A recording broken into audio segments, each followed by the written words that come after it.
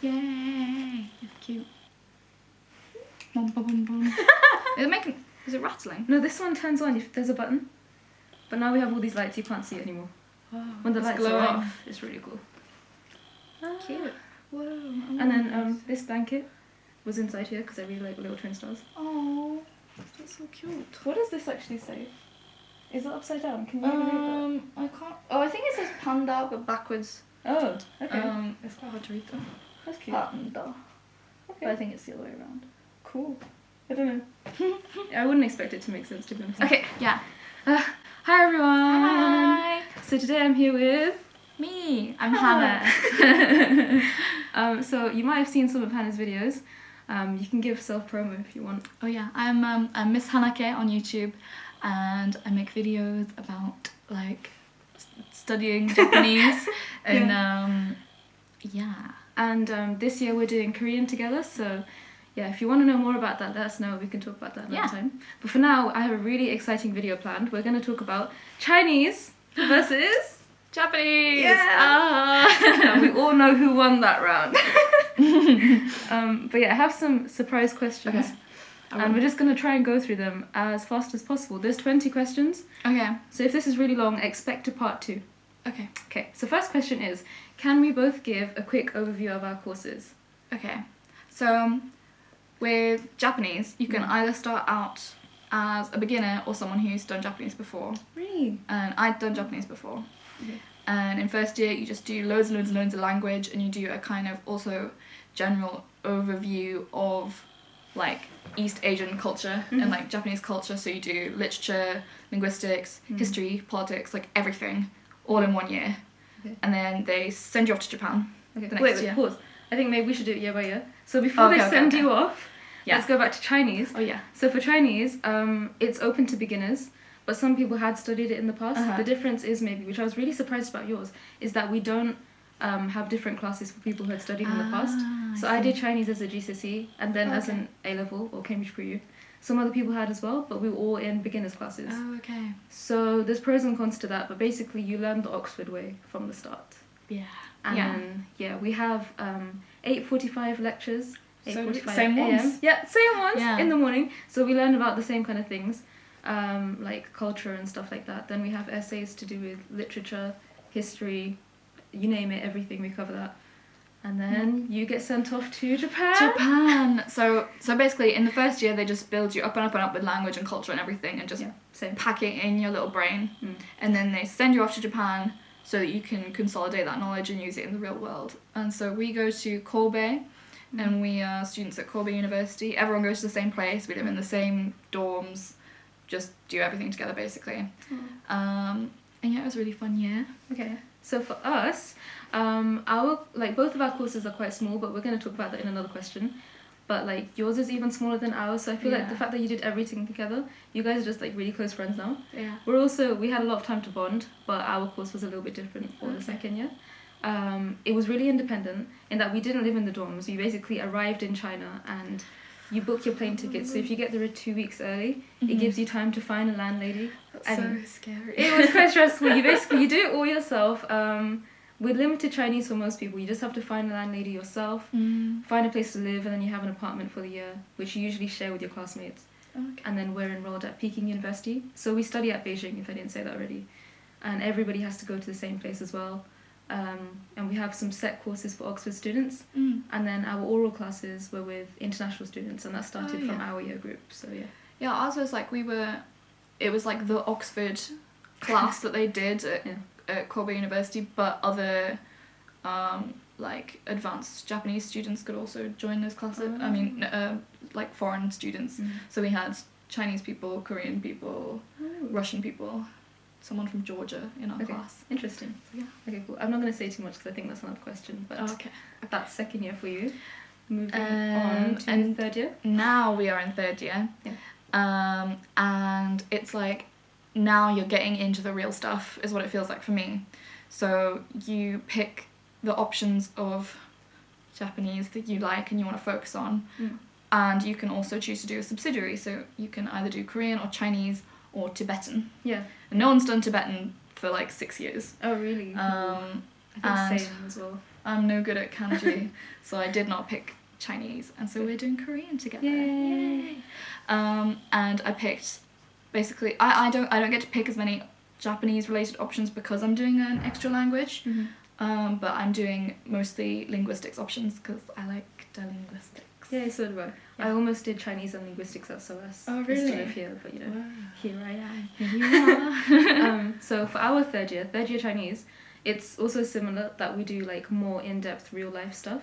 I think on your Euro board you do start to do that, but first year was definitely quite basic stuff because it's aimed at beginners. Yeah. And then third year we do really current affairs topics, so we did stuff on the environment, the internet, homosexuality, homelessness. Oh, wow. Like everything that's really current, because that's what's going to be in our final exams. So every week we basically have a theme, which is one of those current affairs themes, and then each class we have kind of tackles that theme. Yeah. So like interpreting classes. Oh yeah, I'm so jealous that you have interpreting classes. Do you not have that? No. I mean, we still. I didn't even say that we still have language lessons. Okay, yeah. Yeah. But no interpreting. I feel like I'd enjoy that. It's good.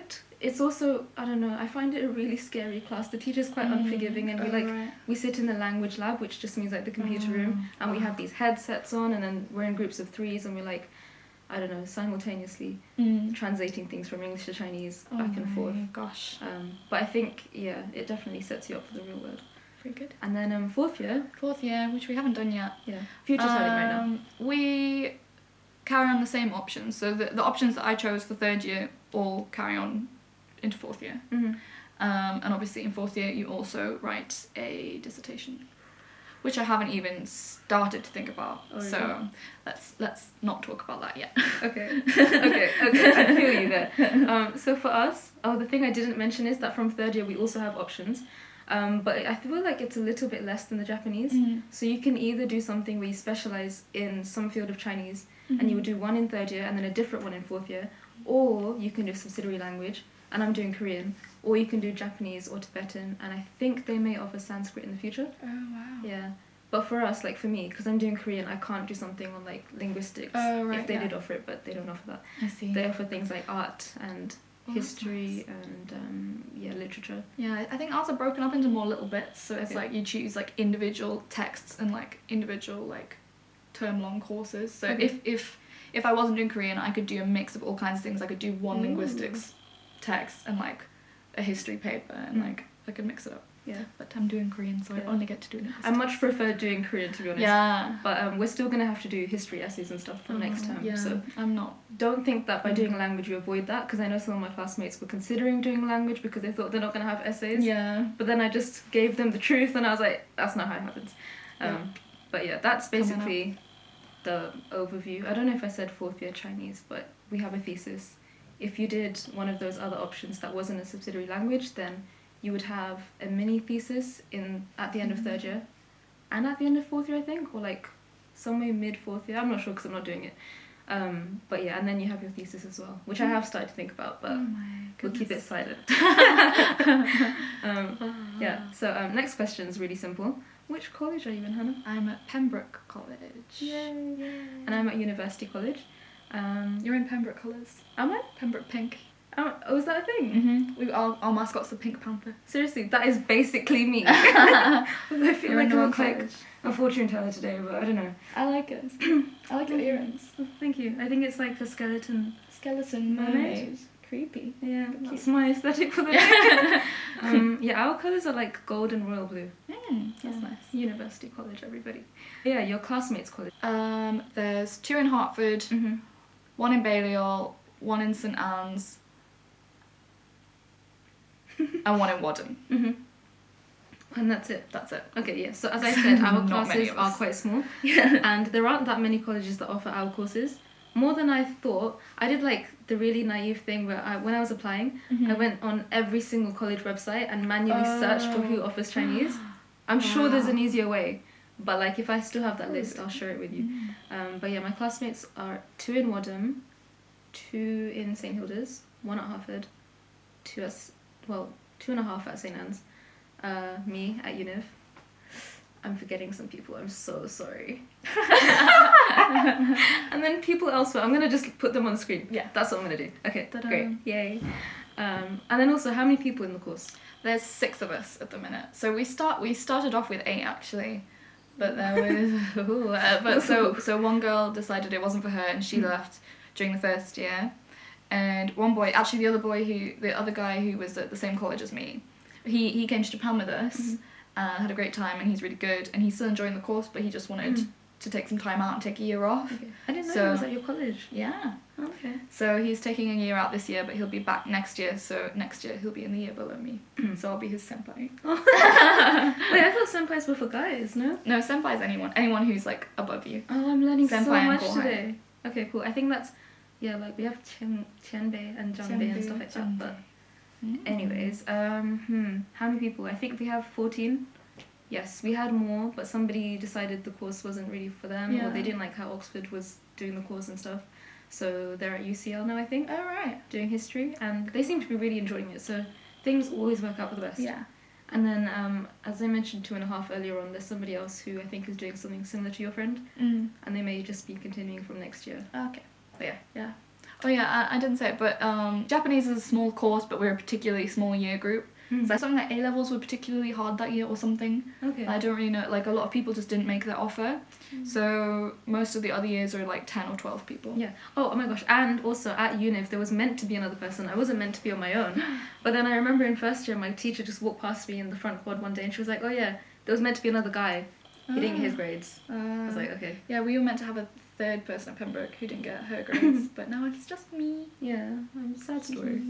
But so the next one is, somebody asked us on your Twitter. Oh yeah. What is the Thank you, whoever that was. Thank you. I mean, maybe I'll just leave that on the screen as well. Yay, shout out. Yeah. So could you give us a rough race and gender mix on the course breakdown?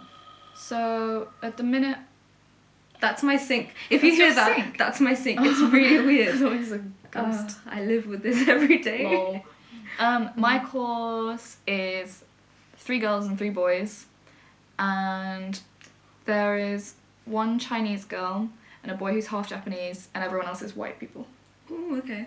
Okay. Oh my gosh, the pressure. There's a guy at Woodham, another guy. I might have to pause It's quite rough, just like... Yeah, I mean, I feel like we have more girls actually than guys.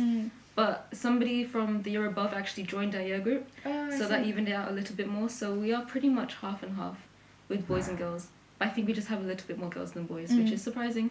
But, you know, I welcome that. Wait, do you have many people of Chinese descent? No, so I don't know if... No, actually, yeah, in the past, people who had, like, Chinese parents, but maybe necessarily didn't speak Chinese that well themselves, they did take the course. Yeah. And you're allowed to do that. This year we don't have any. We have some people who, like, live in Hong Kong. Oh, yeah. For business or whatever. Yeah. And, but also in other year groups we have the same situation. In terms of, like, race breakdown, everybody is white. There was another person of colour, but she was the half person I mentioned. That sounds really bad. She's doing the course next year. And then there's me. So yeah. Basically. Whoa. Oxford. Yeah. So for the year abroad, where did you go? What did you study? Did you get to choose the city? Did you travel around? Okay. So we do not get to choose the city. We get put in Kobe.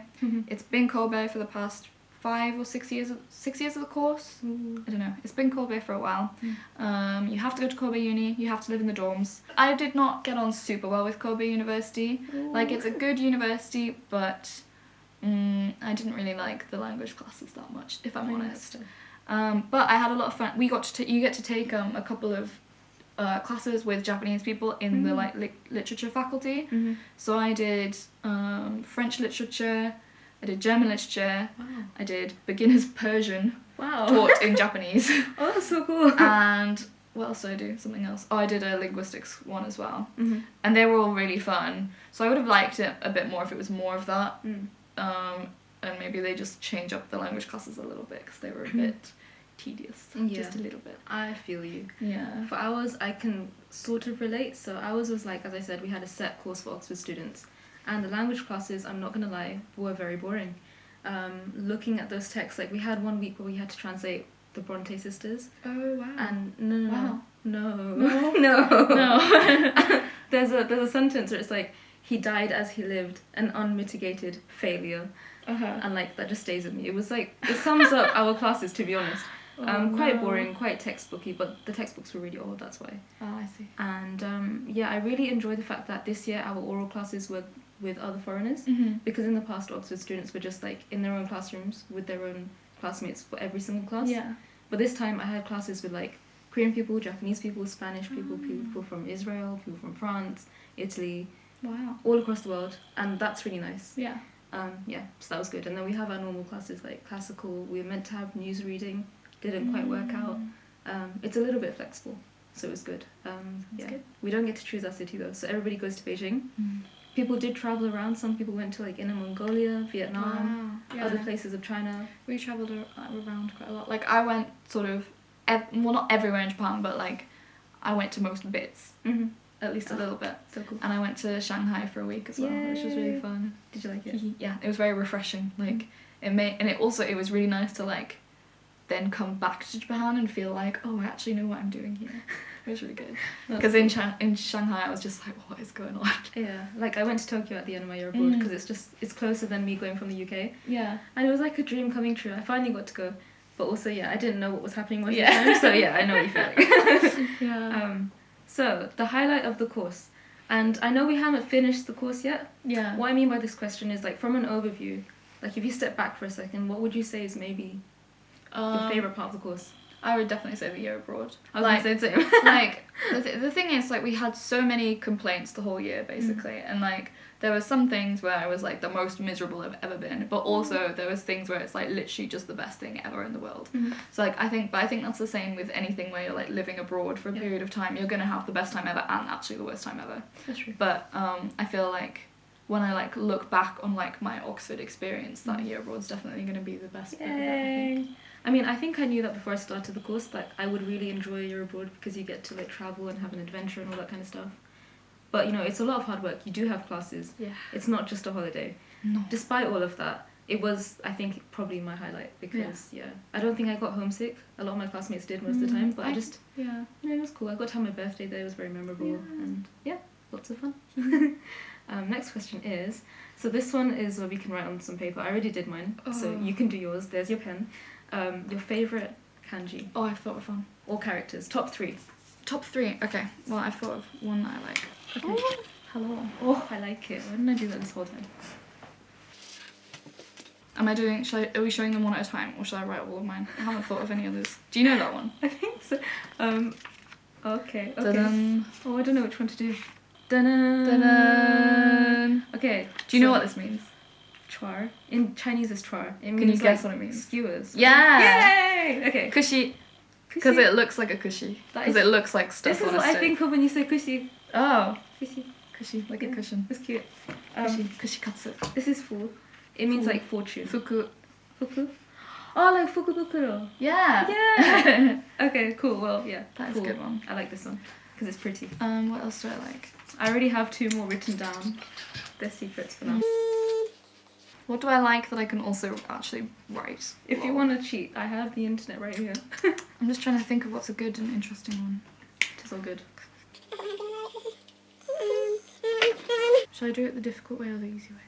I don't know if I can remember the difficult way. Is there a difficult and easy way? But this one there is. No way. Ta-da! Ah, wait. Ta-da! Ooh, what's that? I don't know that. So this is really basic. This has always been one of my favourite characters because it's one of the first ones I learnt. Oh. It's Zhi. It just means this. This. I just like it because you can do the first part in one squiggly motion. Used to exist in Japanese but doesn't anymore. Really? Mm-hmm. Hey. This, do you know why I like this kanji? Because it means flower? Mm-hmm. And do you know how you say flower in Japanese? Yeah. Hana! Yeah. It's me. I just realised. Yay. Yay. And in Korean, Hana means 1. 1. So every time we have to read that out, we just all look at you in class. It's me. And what else do I like? Okay, the last one's a bit strange for me, but I got it.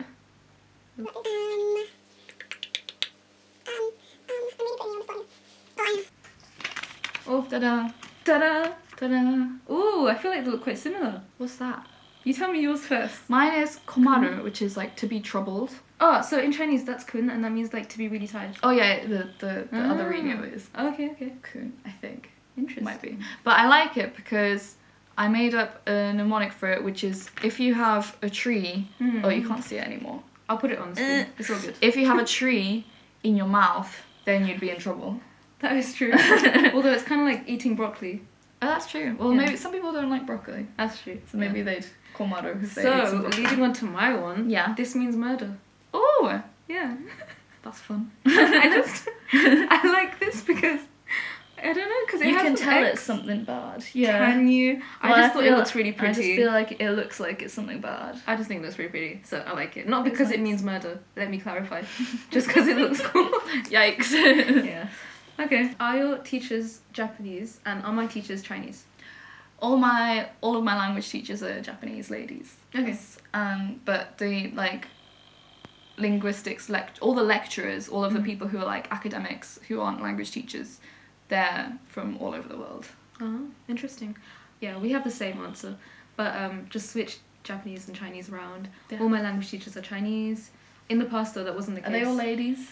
No. Mine are all ladies. My favourite teacher is a guy. Oh. An old man, my Aw. ad. That sounds so Ganlasha, if you're watching this, I'm honoured. Hey. Oh, and our Korean teacher is a Korean guy. Yes, another old Korean man. Yes, he's lovely. He's nice. Interesting man. Oh, okay. So this one is another thing about characters. I think this is going to be quite fun. So, somebody else roughly asked on your Twitter, what do Japanese learners think of Chinese simplified kanji? Oh. And then there's another one. So do Mandarin learners, aka me, think that simplified form is much easier to learn than traditional? That's interesting. So I'm just going to say yes to the second question. Mm-hmm. It is, I think it's easier because it has less lines. Yeah. So yeah, like, it's a lot less stuff to remember, but if you learn traditional first, it helps you remember everything else. Oh, I see. Because, like, I don't know why my answer's coming out in Chinese. But, like, basically, it contains all the answers in the characters. So if you can learn that first, it definitely is helpful. In regards to what do Japanese learners think? Well, I mean, I look at it and I'm like, I kind of know what that is, but it's a bit different. Yeah, that's why I have these. So I'll put them on the screen as well, but I have some examples. Oh, wow. Of... Ooh. Oh yeah, because for me they just look like... See, this is what it's like when I'm trying to remember kanji and I can't. I scribble something that looks a bit like that. Like, I just know... I know the vague... when I'm like trying to remember something, I don't know how to write it, and I know the vague shape of it, but not the actual... Yeah. All the little bits. Because, like, in Japanese you have kanji, which is basically traditional Chinese characters. But normal Chinese, you might just use simplified, depending on... where some things are a bit different though. Like, you've got little lines where we don't have, so like in the traditional, so like this is different. I don't know. I don't quite know. I think that is more, instead of all them, is I think it's just like that. Oh, interesting. Maybe. Wait, I Well, might it be might wrong. also be the font. And then we don't have this little line here. Oh, really? Yeah. Okay. Well, the first one, do you know what that means if you just look at the simplified? No, but I also don't know what it means if I look at the normal one. Okay, the first one is dragon. Oh, right. Long. Yeah. Second one, do you know any of these basically? I know that that's shoka, as in like shokugyo, like a job. Really? And what's this? Nin. Wow. So wait, the second one is job. Yeah. Interesting. For us, it just means like a square. Is this so like guang. job seeking? That's what I would guess. Really? Oh, well, no, I don't really know. So the second one underneath dragon is 认识, so it just means to recognize. Oh, it's like, well, it's yeah, quite because that's the fitting ninin for this. kakunin, which is to recognize, but then the shoku made me confused. It's a shock. But yeah, it just means, it's guang, so it just means like square. Guang. Or it's usually the first Square, character in other words. Square is in like a market square, or is it just like a So square? guangchang means like a square, as in like a political square, that kind of thing. It can also be in the word for advert, guanggao. It's usually part of another word. I see. But on its own, I just wanted to show you how the character changes so much. Yeah. And then the last one is rang, which means like to allow. So yeah, I've got I'm no making idea way what for that you. is. Really? I don't know that one. Hey. Well, maybe you will encounter that. Yeah, maybe. And you won't be so scared because you've seen it before. Yeah. I think this was another Twitter question. Oh yeah. And it hit me quite hard actually. How do you feel about classical Japanese, classical Chinese? I love it. I really like it. Oh my I'm going to like extra classes that I don't need to. Whoa! But it's not classical, I'm going to old Japanese. I'm putting a pillow in between us now. Oh my gosh. I love it, but it's hard. But like, I like reading the stories. So we're doing the Hojoki, which is like some guy talking about his life, living in a little hut, and and talking about all the terrible disasters and things going on around him. Wow. And I like translating it and like talking about why he wrote with this word rather than this word and whatever. And I go to all Japanese class as well, which I don't actually need to go to, but I just go along to it because I like it. But I've stopped doing the homework for it. I just go and listen. Makes it a little bit better. And that's like really old Japanese, so that's just in kanji. There's no hiragana and katakana yet. Okay. And yeah, I really like them. I think it's fun because I did Latin at school, and it feels like doing that again. I didn't do that. Interesting. And also when you were talking about hiragana and katakana, I kind of understand what you're saying because I did Japanese for like a week. Before I chose Korean as my subsidiary, I just tasted out Japanese, and yeah, it was fun. But then I switched anyway. Oh well. But yeah, for me, I really don't like classical. So if I really did go down the linguistics route, I think it would be really useful for me to enjoy classical more because that's how you would understand the meaning of Chinese words and better appreciate them and stuff. But I just feel like the grammar is really mathematical, and my brain just doesn't agree with that.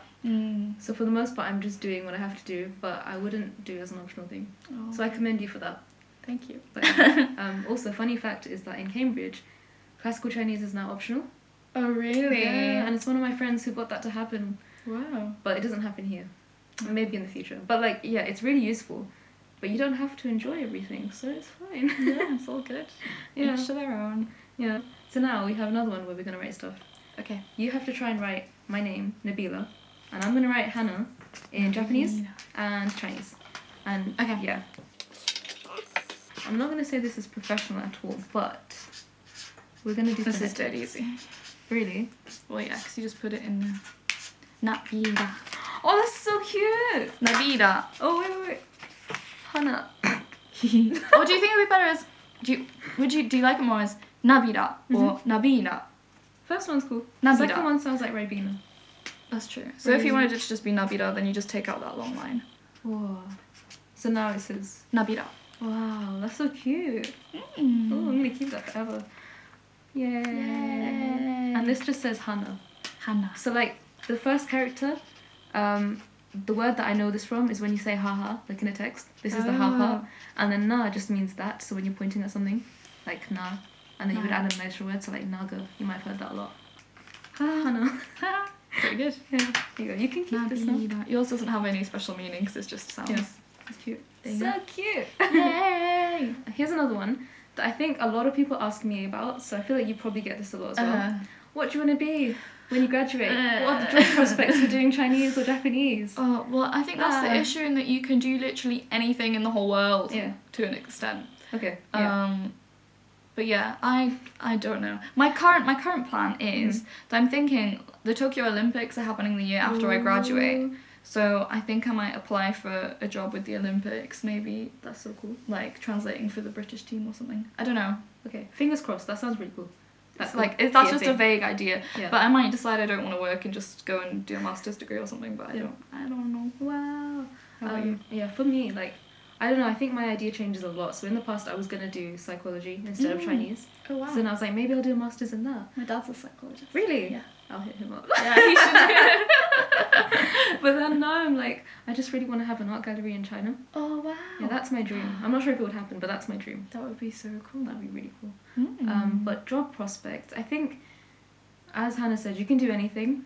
With most degrees, you can literally do anything. But there are a few things that you're like geared towards if you take this course. Yeah. So for Chinese, you could easily become a translator or a journalist. You could become a teacher with anything, to be honest.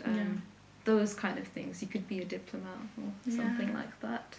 Yeah, lots of options. I mean, and also, especially, but coming from Oxford, you can kind of just do things. Well, about the guachi. Yeah. But like, regardless of where you're from, if you're doing a course like this, your doors are open. Yep. I don't know how to phrase that, but the doors are do open. what there you are like. many doors. Yeah. And they are all open. Kaija. Most of them are open. Okay. Okay, we're back. We're back. And it's like nothing happened. Yay. Whoa. Okay. So what's harder? Genki this. Does that work? No, you're like, I'm fine, thank you. Oh. Genki Genki dashite. It's like, Ni hao ma. get better. Okay. Cool. Or like, yeah, feel better. How do you say cheer it? up, cheer up. Shut up, baby. Do you know that? I'll show you. Anyway, we're just avoiding the question. Yeah. Which is harder, Chinese or Japanese? I mean, when I look at Chinese, I think, wow, that is hard. Because, I don't know, you've got to learn so many... I mean, like, in Japanese as well, you have to learn the characters, but in Chinese, you have to learn the characters. If you know what I mean? That's true. I mean, you still have to in That's Japanese. all we got. But you got more. Yeah. Yeah. Yeah. But I feel like I don't know, because I haven't done it. I feel like it depends on how you approach this question, because everybody has their strengths and weaknesses. Yeah. Makes me sound like a politician, but it's true. Like, I don't know. Yeah. Chinese, if you're thinking of it like from a kanji point of view, it is all kanji, but like usually simplified kanji. So yeah, I don't know. Well, oh yeah, well that's true. Yeah, But then we've got more little lines. Yeah, but like you guys have 3 alphabets. Yeah, but the first 2 are easy. You can learn them in like already a few weeks. Okay, maybe from the character point of view, Chinese might seem harder, but then you have to consider it from like grammar as well. Which one are you better suited towards? Because they're not the same. I don't know Chinese grammar. Yeah, it's like, so every time we have a Korean lesson, it's like the Japanese grammar is really in line with the Korean grammar, and then vocabulary wise, a lot of it comes from Chinese, so we both have our strengths and weaknesses. Yeah, it's useful for Korean. And that's the answer I'm going to give you. Yeah. Okay, I like this question. What is the best Japanese food you found in Oxford? And then same for Chinese food. The best Japanese food I found in Oxford. So there's actually quite good, like, oh really? In Oxford there's a huge range. Like, I mean, obviously there's all the kind of like wasabi, like itsu, like there's loads of these little like takeaway sushi places and they're not so good. But there's also Koto, which is a really lovely ramen place. Ooh, whereabouts is that? Way up north. Okay. I don't know how to explain that. I don't know if I've been to that one. And there's Taberu, which is on Kaoli. That's pretty good. It's maybe not mega authentic, but it's pretty good. And there's edamame, which I think might be the most famous one. A lot of people like that place. The food is really good, but the restaurant itself is a little bit weird because you have to like sit with strangers. Yeah, that place is quite small. Yeah, it's small. Unless that's what you like, I don't know. But actually, my favourite Japanese food in Oxford is at the Gloucester Green Market, Ooh, the gyoza stall. Yeah. The thing is though, in Japan, gyoza is considered Chinese food. Really? I think so, because basically. Like, you can get them from in... that store are Chinese. Oh. And I was speaking to them and I was like, why is your flag Japanese? And they were like, no, but we're Chinese. And I was like, but why are you advertising Maybe I'm betraying Japan. Yeah, but then I got a free dumpling for speaking in Chinese. And that's so nice. But yeah, no, I love those gyoza. But if not that little stall, then maybe edamame is the best food. Okay. That's interesting. So I feel like I asked all these questions, but I can't remember my own answers. Oh yeah. So there's a place called My Sichuan. If you come to Oxford, there's an area called Gloucester Green, and that restaurant is there. A little bit pricey, but it's really good if you go in a group. Yeah, it's really nice. We have a Christmas meal as like a whole department, and we always hold it there. It's called Chinstmas, and it's really cute. Cute. And like they have the circular tables where you just spin it around, just, like share food and stuff. That place is nice. Have you ever been to Bamboo, the Korean place? No. It's so good. We should go there. Okay. We should have a class trip to Bamboo. I think we wanted to go there. It was really tasty when I went. Did we invite Dr. Chi? Yeah. Yay. That'd be cute. But yeah, I think My Sichuan is good for Chinese food. And then there's a food market that happens 3 times a week, which is what Hannah mentioned. Yeah. And yeah, they have Chinese food, which is also really good. Speak Chinese, you get free dumplings. Yeah. Why wouldn't you love that? And then there's a few more places dotted around, but you know, personal preference, maybe My Sichuan. Sounds good. And then another question I think somebody on Twitter maybe asked is, for Chinese, is it too much to learn simplified and traditional in first year? So I did Chinese as a GCSE, as I said, and then also at A-level. So I don't really remember what it's like to start from the start, but I feel like people who did start from the start from this course, that's a really weird sentence, start from the start. Started from the bottom. Literally. I think they're at the advantage in that they learn traditional and simplified at the same time, whereas in the past I'd never done traditional before. Oh, I see. Yeah, so for me having to learn that whilst I already knew simplified was really weird. But then if you do them at the same time, I think that's really good. I'm not sure if it is too much, to be honest, because you just learn them alongside each other. Maybe what is too much is the pace at which you learn them, because we have to learn a lot of characters every week, like sometimes 50 characters a week, which I don't know if that sounds like a lot to you, but it was a lot at the time at least. Yeah, we had like, in first year we had like 30 a week maybe. Okay, well yeah. which one's harder? So yeah, is it too much to learn? Wait, I want to backtrack. We have more readings for the kanji. Ooh. You have to learn like both Japanese and Chinese reading. So like this is hana in Japanese reading, but then if you're talking about like a vase, you call it a kabin, and you use this for the ka. Okay, interesting. So you have to know like how it's used in different words. Okay, strange. What about murder? What about murder? Well, I don't know because we don't write like that. We have like satsujin. Really? Oh, that's so cool. This is just sha. Sha. I don't know It if might it's be like sha. from the same. Okay, Don't cool. know. Well, Korosu. Korosu is the verb, and then satsujin is like a murder. interesting.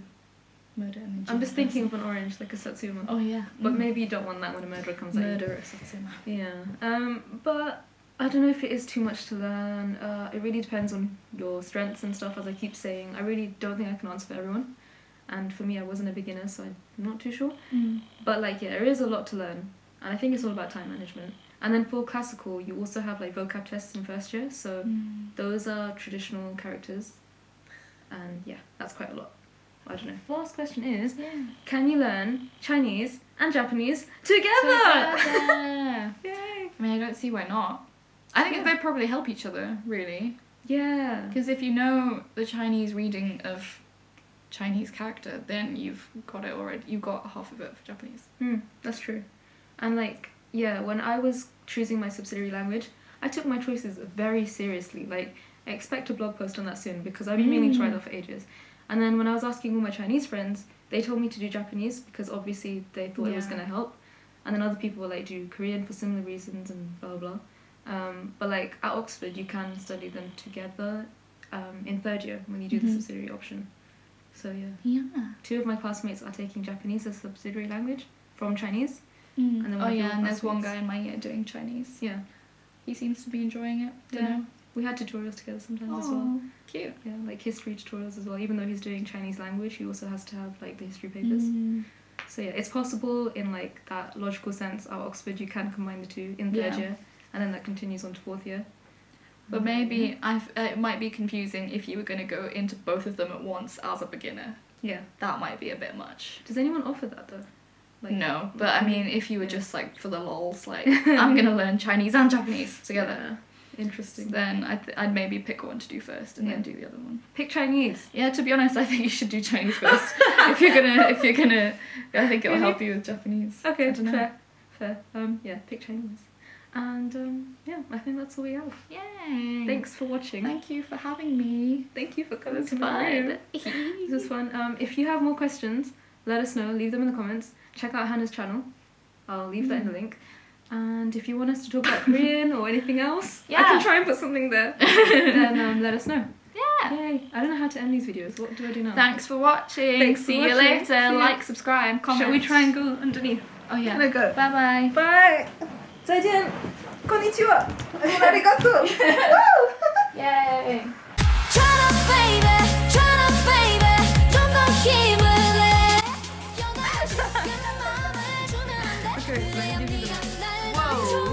Bright enough that I can like have my eyes expressive. Oh, eyes are so expressive right now.